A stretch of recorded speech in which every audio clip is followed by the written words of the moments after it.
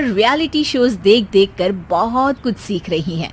जैसे आज तो वो सुबह सुबह बेसुरे आलाप ले रही हैं। सा रे गा मा धा। माँ जी, सारे गामा पा धा नी सा होता है। अरे वो तो सब गाते हैं, ये मेरा स्टाइल है। आवाज तो कम कर लीजिए माँ जी, पर्दे फट जाएंगे कान के। ये कहो कि पर्दों में आग लग जाएगी। देखना, मेरी आवाज सुन के जज आग लगा देगी, आग लगा देगी, तू तो आग लगा देगी, ऐसा बोलेंगे। सरिता वहां से परेशान होकर चली जाती है और सास रियाज जारी रखती है। सा रे गा ओ, सा रे नाचो। तभी बाबूजी दुकान से लौटते हैं। अरे देव की, क्यों तानसेन बनी हुई है? कान से खून निकालोगी क्या? अरे क्या हुआ, रियाज तो करने दो मुझे। इसको रियाज बोलते हैं? ऐसा लग रहा है जैसे घोड़े हिना रहा है। घोड़े पे बैठ के ही बम्बई जाऊंगी मैं तो, जब जज साहब कहेंगे कि देवकी तुम मुंबई आ रही हो। जज साहब, वो अदालत वाले? अरे नहीं नहीं, बड़े लोग हैं, आप नहीं जानते हैं। ओ मैं तो छोड़ चली अपना ये देश, बम्बई मुझे प्यारा लगे। गाना गाती हुई देवकी चली जाती है और बाबूजी अपनी सरफिरी पत्नी के इस संगीत प्रेम की चर्चा करने बहू के पास चले जाते हैं। अरे सरिता बेटा, सुनो तो, ये तेरी सास को क्या हुआ है बेटा? सुबह तो अच्छा भला छोड़कर गया था इसे। सिंगर बनेगी अब वो। सिंगिंग रियलिटी शो में जाने की सुबह से तैयारियां चल रही हैं इनकी। हाँ, अब तो कोयल के सुर मेंढक छेड़ेगा। हे भगवान, सद्बुद्धि दो इसे। इधर बाबूजी भगवान को कहते हैं और उधर राधा रानी प्रकट हो जाती है, देवकी की मोहल्ले की सबसे पक्की दोस्त। क्यों री देवकी, काहे इतना गला फाड़ रही है? कोई चीखने चिल्लाने का कंपटीशन है क्या? अरे ये देख, नया सिंगिंग शो, मैं भी गाऊंगी, हिंदुस्तान के दिलों की धड़कन बनूंगी। अरे इतना बेसुरा गा के दिलों की धड़कन नहीं, दिलों का अटैक बन जाएगी। इससे तो अच्छा है कि नाच ही ले। वैसे भी दिन भर मोहल्ले में नाचती तो रहती है तू, कभी इसके घर कभी उसके घर।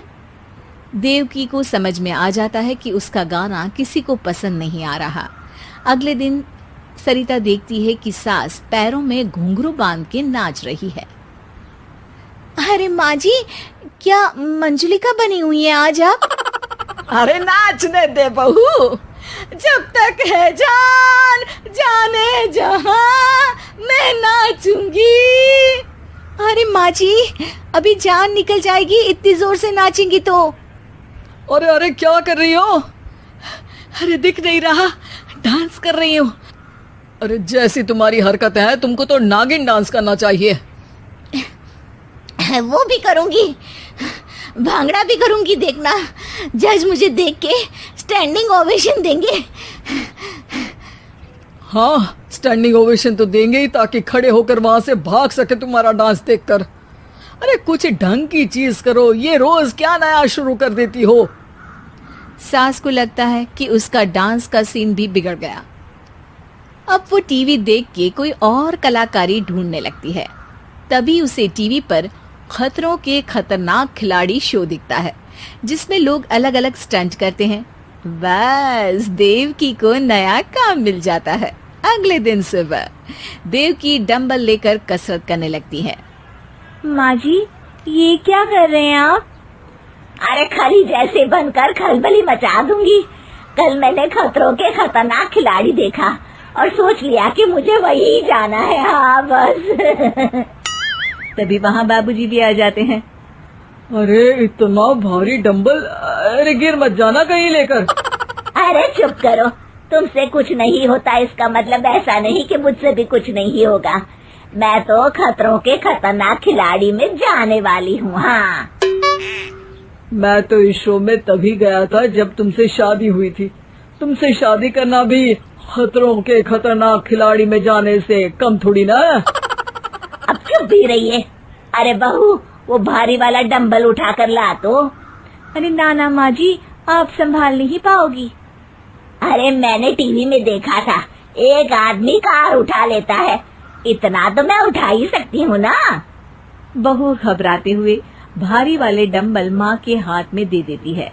जैसे ही माँ दोनों हाथ ऊपर करती है, पूरे शरीर का बैलेंस बिगड़ जाता है और वो पीछे की तरफ गिर जाती है। डंबल जाकर टीवी में लगता है और टीवी फूट जाती है। माँ जी, उठिए माँ जी। बाबूजी बहुत तेज हंसने लगते हैं। बाबा बाबा, टीवी और बीवी दो टेंशन थे मेरे, आज एक कम हो ही गया।